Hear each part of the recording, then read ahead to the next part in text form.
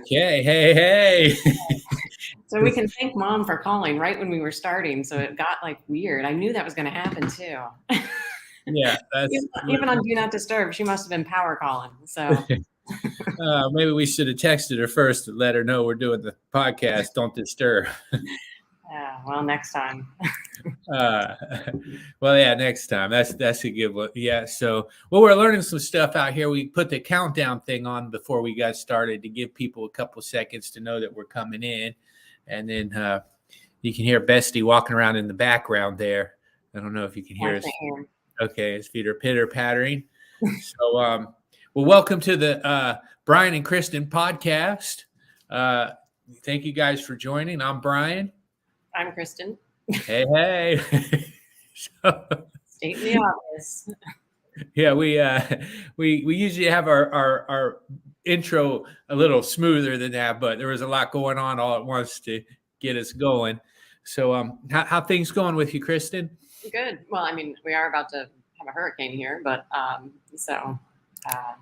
I don't know. Why did I have to come this way? But Yeah. So that's happening. And I got back from another flight attendant job. I mean, Southwest, and got to, where did I go? Richmond. I stayed the night in Richmond and Milwaukee. Yep. And got back yesterday morning on a red eye. Cool. Getting a lot of travels in. Now, how do you guys prepare for this hurricane coming up? What's your preparation like? Water. And I'm not a very good hurricane prepared person. So, yeah, I have a few non-perishable things, and that's about it for me. Yeah, you gotta have more stuff, because every time I go to your house, I try to leave a couple of things for you because I feel like you just aren't prepared. I mean, I'm not, but I don't like having a bunch of stuff, and that includes like canned goods and food and things like that. So it's hard for me to just have a bunch of things. yeah. See, you're probably underprepared, and I'm probably overprepared. But I don't think there's such a thing as overprepared. I think I could be.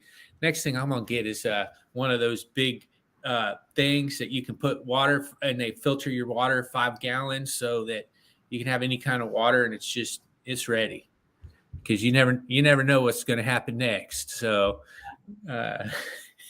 Well, I'm pretty lucky because my building is on the same electrical grid as a children's hospital. So usually, if electric goes down, I think ours gets put up pretty quickly. Oh, that's good. That should. Okay. That's a smart technique. Yeah. Yeah. I wish I could take credit for like being like, well, I looked at the electrical grid and decided I would move here because it's by the power. Yeah, that's true. That's a good plan to have. And you live right by a grocery store, which is another good plan. So hopefully all your marathon skills will pay off if something really happens and you got to break into the grocery real quick, get your stuff and run back.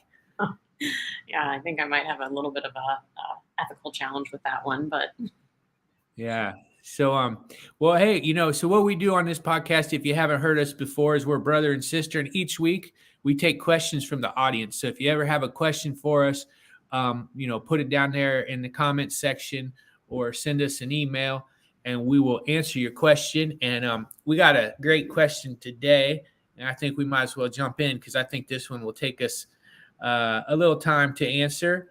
And it's the question is from Pamela, Ohio. And her question is, it says, my question for both of you, if you could choose the perfect career, what would you choose? Or would you stay the way you are? I think you're both pretty stellar. So thank you for that, Pamela, Ohio. We think you're stellar too. And thank you for tuning in and sending us a good question. So Kristen, we'll start with you because you've had a lot of careers, right? I think you've definitely... I've had just a few. I know I've had a lot of them. And I think the problem is not listening to something that you wanted to do when you were a kid. I guess I had a couple things that I wanted to do when I was a kid. I remember when I was 5, Dad told me I was going to be a lawyer. So that happened. And, but I also remember, do you remember Ian, who was in Montessori Brain? Yeah. His mom was a flight attendant for Piedmont Airlines. And I remember as a kid that I thought that was such a cool job. And I never thought about actually like how does a person actually become a flight attendant, and especially after you go to law school, that doesn't seem like something somebody would do. But I will say that I am having. I mean, granted, I've only had a couple trips, but it's been super fun. Like I'm like, this is what I should have been doing for a long, long time because you get interaction with people, you can make them laugh, hopefully. Uh, Yeah. and it's kind of like, in a way, you're a little bit on stage. So there's like a performance aspect to it. And I always have enjoyed traveling and going places and just being in an airplane. Like some people don't like being in an airplane at all, but I love it. So takeoff and landing is always really fun. So I would say yes to that. And then also with doing mediumship as well. I wouldn't have thought that that was a career that I'd ever have because I didn't know I could do that. So, but I enjoy both of those things, and a lot of it's because of getting to help people as well. So, I would say we'll see where this flight attendant goes, but so far I'm super happy. So, So right now you're liking it, but you could be in the honeymoon stage of flight attendant. could be, could be. But here's what I did do a lot of research. The lawyer in me, that skill came in handy. Is that there are a lot of people that I encounter every single week who have been there for like 20 years or 30 years. There are very few people that I have encountered who haven't said like it's a career and they love it. And they've been, some of them have been flight attendants, since I ran into someone. She was started being a flight attendant in 1987. So, and she We'll probably loves it. get to flight with her at some point. Except she works on Delta. But yes. Oh, I've been on a couple Delta ones. So, um, well, and now what about being a pilot? You going to do that next? Or Well, I would like to. And they actually, Southwest is a program where you can learn about doing that. So I have taken a couple lessons, as you know. yeah, So that would be very cool. I could see you doing that too. I mean, I think you make a great flight attendant. I think it's a good job, good benefits, and it. What sounds pretty cool to me is all the different stories that you're getting to experience, right? And also the different people you meet and seeing it's a type of job that's a different job every day, right? That's You're and not we going to always see okay. Sorry. you're not going to see the same people every day. It's different. Yeah, so the way that we work is that we have the same crew for 3 days. So I work with the same people for all 3 days, and then we're done. And you may never see those people again. So if you've got a coworker, like if you work in an office job and you got a coworker you don't like, guess what? You're seeing them every single day. Yeah. Not the case here. I feel that's a little similar to the jobs I would do, acting, extra, stand in, because you would work with people for a while and then you'd be gone. And it was kind of cool because you would talk to them like crazy. And because you didn't really know them too much, it didn't matter. Then you might see them again down the road. You might not see them down the road. But yeah, I always enjoyed having a job where it's not the same exact thing every day. Um, Yes. so, now as far as being a lawyer go, do you know that when I was young, I tried a case for dad? No, I didn't know that. Yeah, I've actually had courtroom experience. Oh, well, shoot, when the wrong person went to law school. well, I just hated school, but I liked going to. Yeah, He I took. love Yeah, it. well, yeah, that's true. That's so Uh, cool. um, I so dad was a defense attorney, so he took me, and there was the arraignment where all the guys are handcuffed, and Yeah. they come in, and then the judge, goes over whether you can let them out or not. And I forget what the guy's name. I actually think it was Mr. White or something like that. And it was pretty much set up between Dad and Judge Kistler, who was also our neighbor. That was going to be the guy was going to be let off. I mean, I think now, when I got older, I figured out that was. But It wasn't your skills as a kid. yeah, so Dad said, "Your Honor, I'm going to have my son try this case for me today." And and he brings me in, and all the people are watching, which felt like a lot. It's probably like 6 or 7. And um, he told me what to say because the guy had been busted on drugs. So he said, "You're gonna tell him Mr. White's very sorry for his actions. He's got a family to look out after. He won't let it happen again. And if the court please, we ask that he served his time and he be released." I went up there, said it the best I could. Judge did good, Brian. We're gonna let him off, okay? Oh my God. so I've had some courtroom experience, and a couple things turned me not to be a lawyer, and that was just mainly how I saw that all the other lawyers were. and that made me not want to be a lawyer. And so they were kind of hard on, especially when Dad was dying. They smelt blood in the water and they were attacking when he couldn't do anything back, which really makes me despise Jose Lopez. Yeah, I know Mom told me not to get political, but I don't like Jose Lopez. Let that triculate around Miami County. I don't care. And this guy's weak, dude. He couldn't confront my dad when my dad was 100%, and then he attacks him on his deathbed. So up yours, Jose Lopez. I'm sorry, I didn't mean to get political on there, but only 20 people know who Jose Lopez is. All right, he's not that big of a deal. Okay, so Well, it might be after this. well, sorry, I can't refrain sometimes. God, I'll be more famous than you.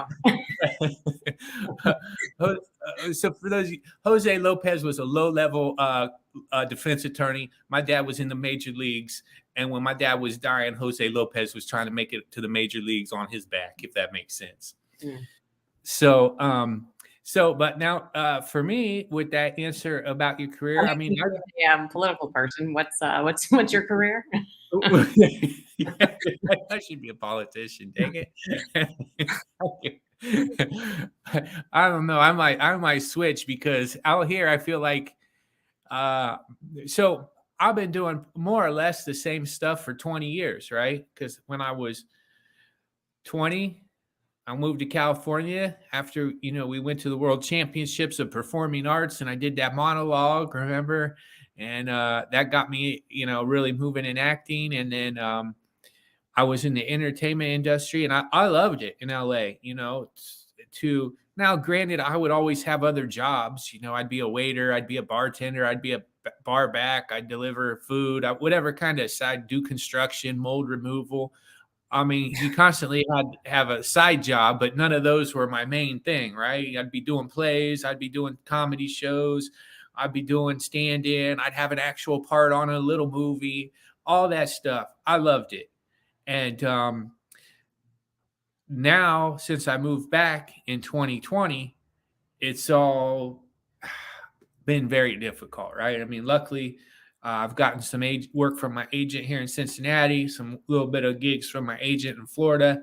But for me, I want to keep doing what I've been doing, but just at a better level. One of my buddies made a good point today. We were talking on the phone, and he said, man, it makes him sad to see that now I'm playing little small gigs in Ohio for like small crowds where he was used to seeing me in front of big crowds. My buddy Justin, who would film a lot of my shows, and he would come film me in front of a couple hundred people.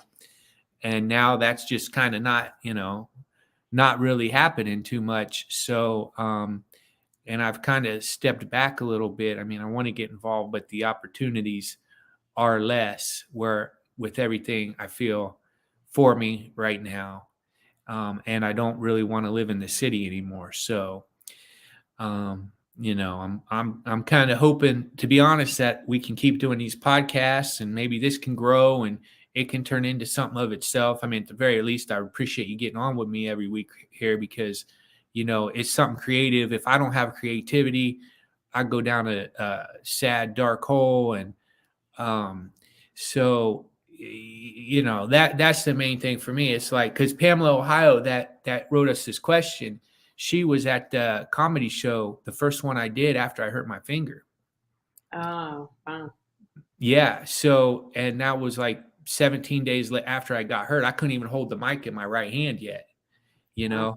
And so that's why I kind of need this creative stuff. And I've been writing, I've been still working on writing a book, which keeps me going if I can ever finish it, hopefully.